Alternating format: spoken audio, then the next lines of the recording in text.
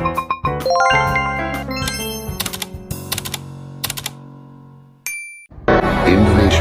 is not just wonderful. Indonesia is a wonderland.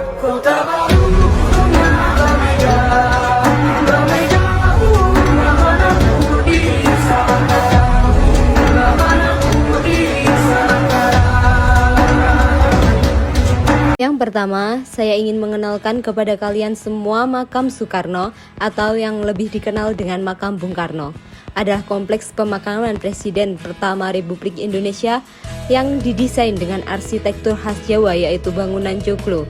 Kompleks tersebut terletak di Bendo Kerit, Sananwetan, Blitar. Selesai dibangun di akhir 1970-an. Ratusan ribu peziarah baik rohani maupun politik mengunjungi makam tersebut setiap tahunnya. Ziarah ini merupakan wujud penghormatan orang yang sudah meninggal sesuai dengan tradisi Jawa mengunjungi makam orang-orang tertentu seperti makam Wali Songo dan lainnya. Di luar kegiatan berziarah, makam ini juga merupakan destinasi wisata yang cukup populer untuk turis biasa maupun turis luar negeri.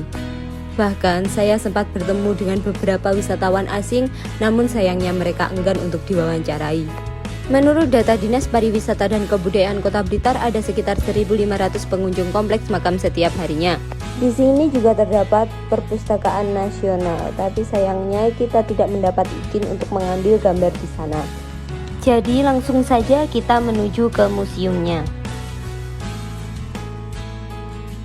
Di museum ini terdapat berbagai macam koleksi Bung Karno meliputi lukisan Bung Karno, barang milik Bung Karno seperti koper dan baju, uang seri Bung Karno dari tahun 1964, lukisan Bung Karno di Rengas Dengklok sebelum Indonesia merdeka, dan foto-foto Bung Karno dari muda hingga menjadi presiden.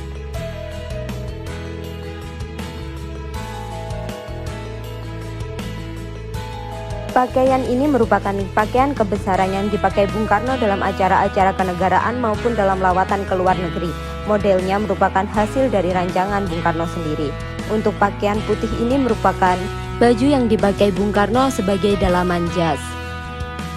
Di sebelah sini merupakan salah satu koleksi Bung Karno, yaitu berupa keris yang diberi nama keris kembaran. Ini merupakan foto Bung Karno saat beliau masih muda. Di sini juga terdapat foto-foto beliau dari beliau masih muda hingga beliau menjadi presiden.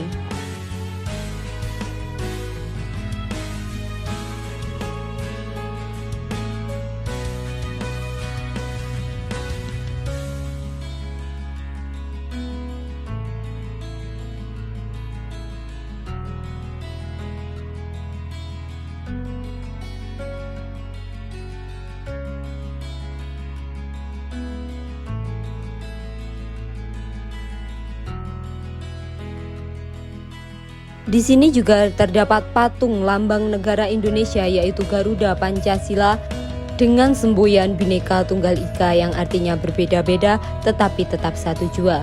Begitulah Indonesia. Dengan perbedaan yang beraneka ragam, mereka mampu menjadi satu yaitu Indonesia. Dan ini merupakan naskah proklamasi di mana Indonesia menyatakan kemerdekaannya. Selanjutnya saya akan membawa kalian jalan-jalan ke Candi Penataran. Candi menurut asal katanya berasal dari salah satu nama untuk Durga sebagai Dewi Maut yaitu Candika.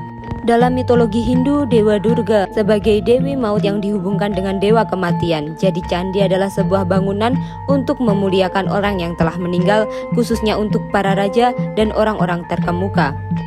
Dalam arti ini, bukan berarti orang yang meninggal dikuburkan dalam candi, melainkan bermacam-macam benda yang dinamakan pripih dan dianggap sebagai lambang zat-zat jasmaniah dari sang raja yang telah bersatu kembali dengan dewa penitisnya. Candi Penataran sendiri merupakan kompleks candi Hindu Siwa yang terletak di Desa Penataran, Kecamatan Ngelegok, Kabupaten Blitar, Jawa Timur. Candi Penataran dibangun pada masa Kerajaan Kediri, tepatnya periode pemerintahan Raja Srengga, tahun 1190 sampai 1200.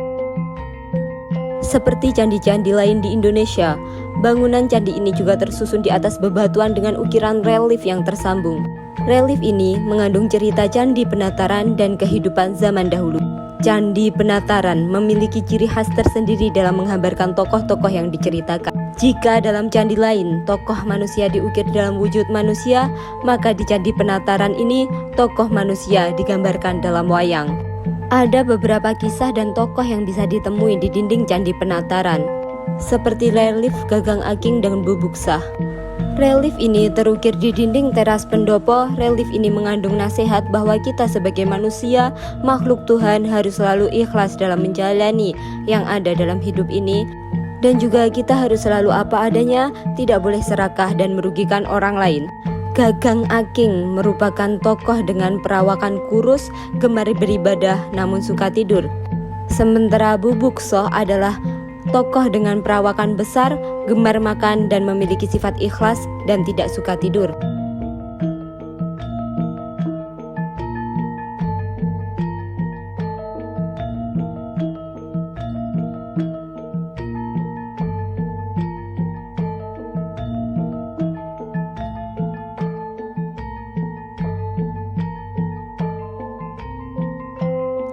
Mitos Candi Penataran. Banyak versi yang menyebutkan tentang mitos-mitos yang ada pada candi ini. Namun satu tempat yang sangat fenomenal adalah kolam kuno yang terletak tak jauh dari lokasi candi.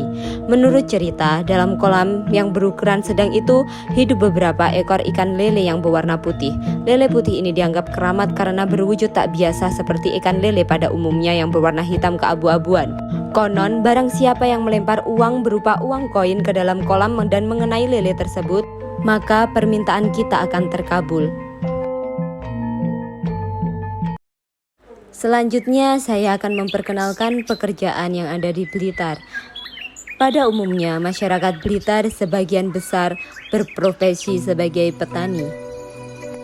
Tumbuhan yang ditanamnya ada beraneka ragam seperti jagung, padi, cabai, kacang panjang, kacang tanah, wortel, kubis, dan sebagainya.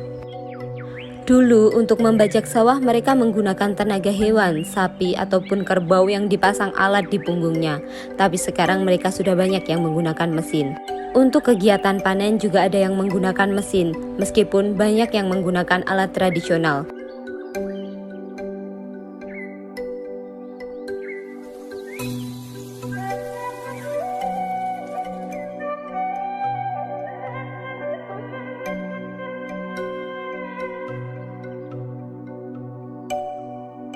Sekian dulu perjalanan kita dan perkenalan kita tentang budaya Indonesia. Sampai jumpa di lain waktu. Assalamualaikum warahmatullahi wabarakatuh.